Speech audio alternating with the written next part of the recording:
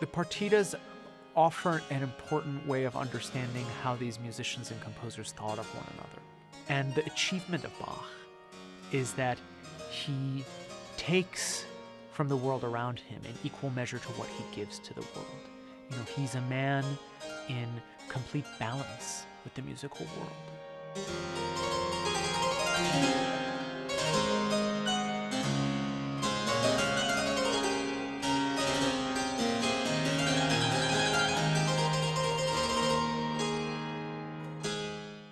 He actually published it, funny enough, as his Opus 1, which is hilarious to think of Bach in his late 40s publishing an Opus 1. Of course, he'd written a lot of music before that, but I think it's his way of saying who he is to the world. He's an international composer. He can be as chic and cosmopolitan as the rest of them.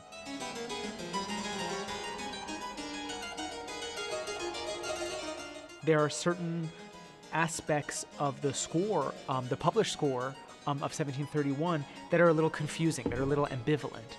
And so one joy is to see how did people, when people copied out the music, because remember, copying out by manuscript was much cheaper than getting a publication, right? So when people copied out the music, did they clarify the ambiguities? Did they make it even more ambiguous? Did they recompose stuff? And, you know, from that, you see that there's a musically productive tension between sources. So here I have again the 1731 printing, and then I have Mutual's copy of the opening of the second partita. And so if we look at the 1731 printing, it says something roughly like this. I'm conjecture of what it would sound like, but in the 1731 printing, it's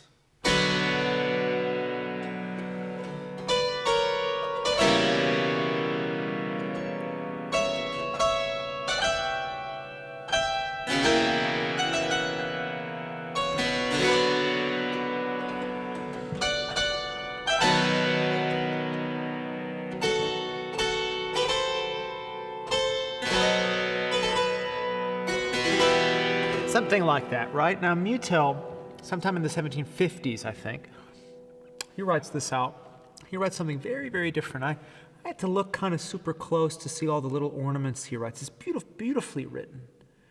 This is what Mutel writes, just from what you heard.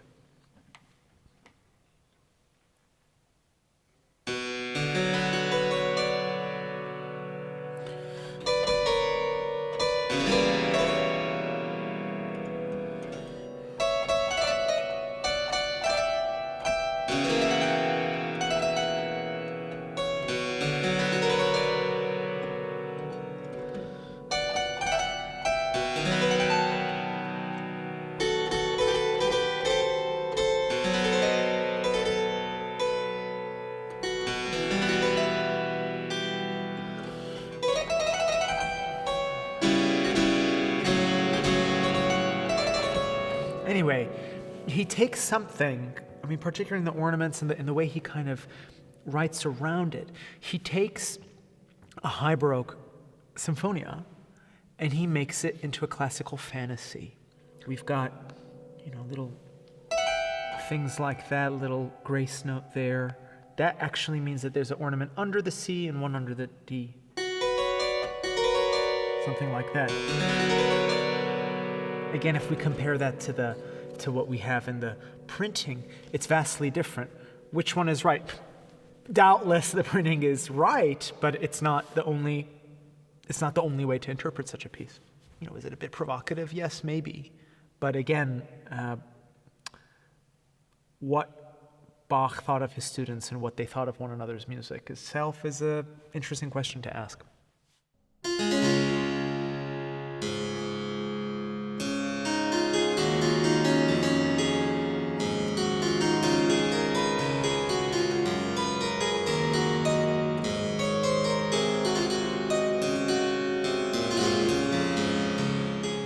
We know what the composer thought musically, but we often don't ask the question of the note that is written on the page, what personal significance does it have?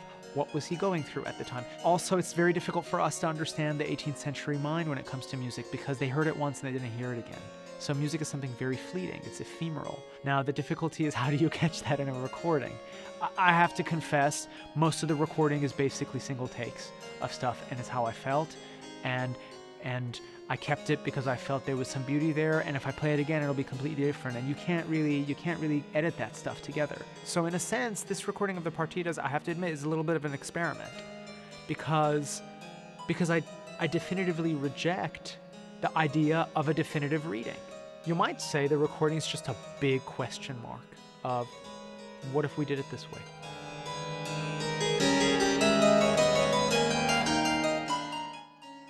One of the performers who brought me to the partitas is Glenn Gould.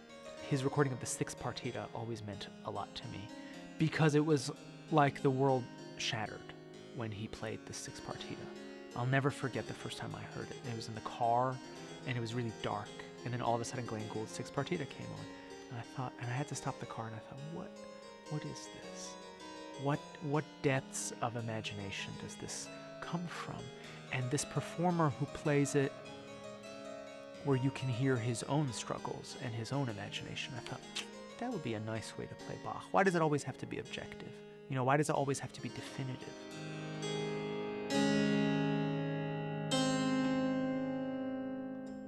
The idea of Bach as this old authority figure with a big wig who kind of scowls down at us, it just, it's not borne out by the facts.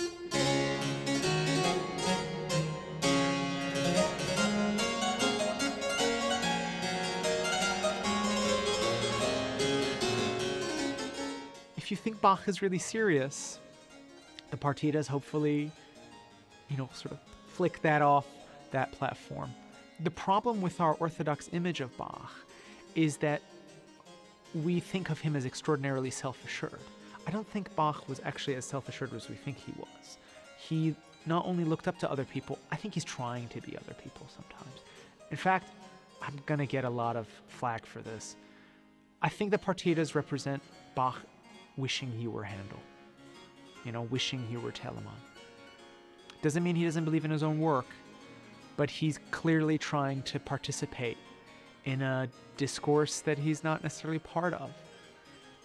And that results in sparks of great tension in the music. He's himself and he's not himself. He's everything and nothing. He's everyone and no one.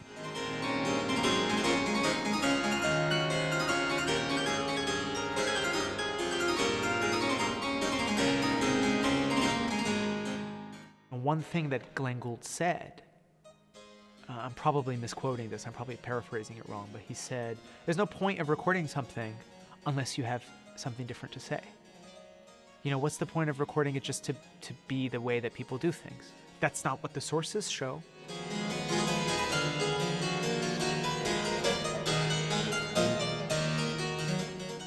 Bach admired and looked up to other composers, and he considered them his colleagues.